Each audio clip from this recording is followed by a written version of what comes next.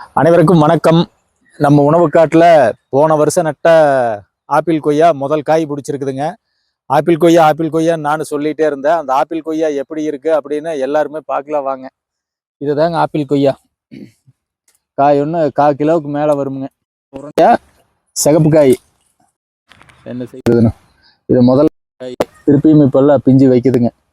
அருமையான வெரைட்டி. இது ஒரு நாட்டு ரகம். இது நான் சிறுமலையிலிருந்து எடுத்தது. இதனுடைய தாய் மரத்துக்கு வயசு 40க்கு மேலே இருக்குமுங்க. அருமையான ரகம், வணிக ரீதியாக எடுபடக்கூடிய ரகமுங்க.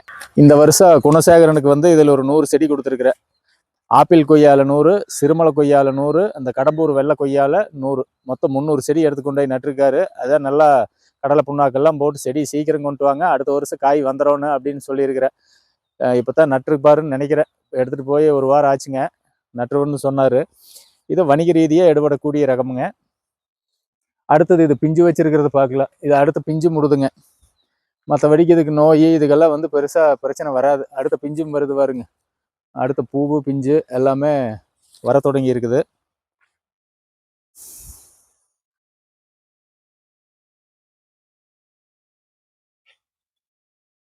அடுத்தது இன்னொரு செடியில் பார்த்து கீழே வாங்க, சொட்டு நீர் போய் தட்டி விட்டுற போகுது.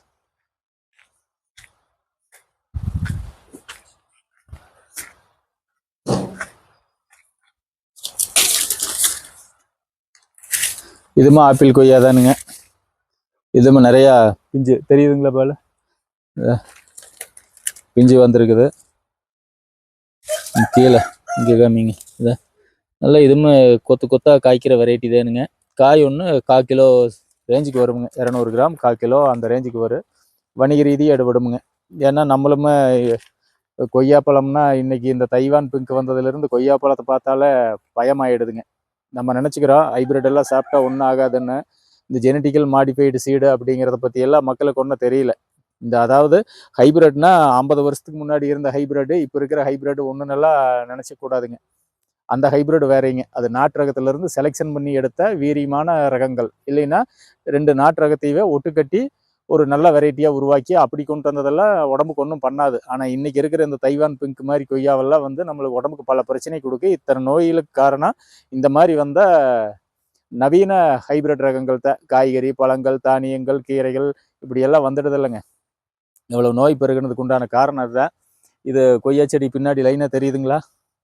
எல்லாமே இதெல்லாம் ஆப்பிள் கொய்யா எல்லாமே நல்லா வந்திருக்குது. ஒரு வருஷத்தில் இந்த அளவுக்கு வருமுங்க. நல்லா நெக்குன்னு கடலை புண்ணாக்கு 2 கிலோ போட்டு நட்டு விட்றோன்னு 55 ரூபாய் ஆகும்னு வைங்க கிலோ.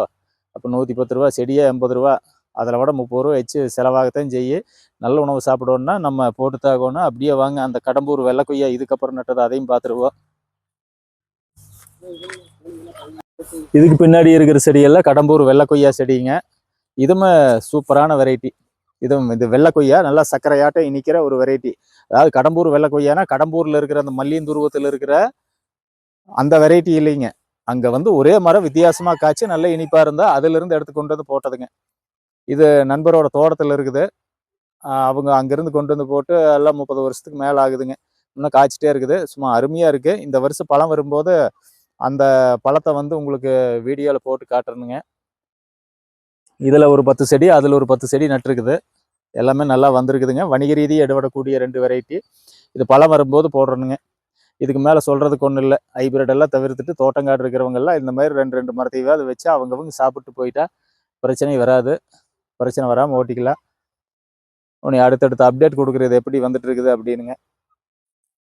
இப்போ காயை பார்த்துருப்பீங்க. உன்னை அடுத்தது விதை எடுத்து போடுறேன். இந்த செடி யாராவதுக்கு அதிகமாக தேவைப்பட்டதுன்னா கீழே வர்ற வாட்ஸ்அப் நம்பருக்கு மெசேஜ் போடுங்க, புக் பண்ணிடுங்க. ஏன்னா நம்ம அளவாக தான் போடுவோம். இப்போ அந்த சிறுமலையில் இந்த மரம் காய் பிடிச்சிருக்குதுங்க, பிஞ்சு வந்திருக்குது. இது நீ அது பழமானதுக்கப்புறம் தான் எடுத்து போடுவேன். என்ன இந்த சின்ன மரத்துலையெல்லாம் விதையை எடுத்து போட்டால் ரிசல்ட் வராது.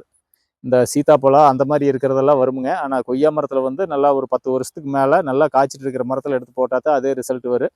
இந்த செடி அதிகமாக தேவைப்படுறவங்க புக் பண்ணிக்கங்க. வணிக ரீதியாக கட்டாயம் எடுபடு. அடுத்த வருஷம் குணசேகர அவர் தோட்டத்தில் காய் பிடிக்க அதையும் வீடியோ எடுத்து போடுறோம். நன்றி, வணக்கம்.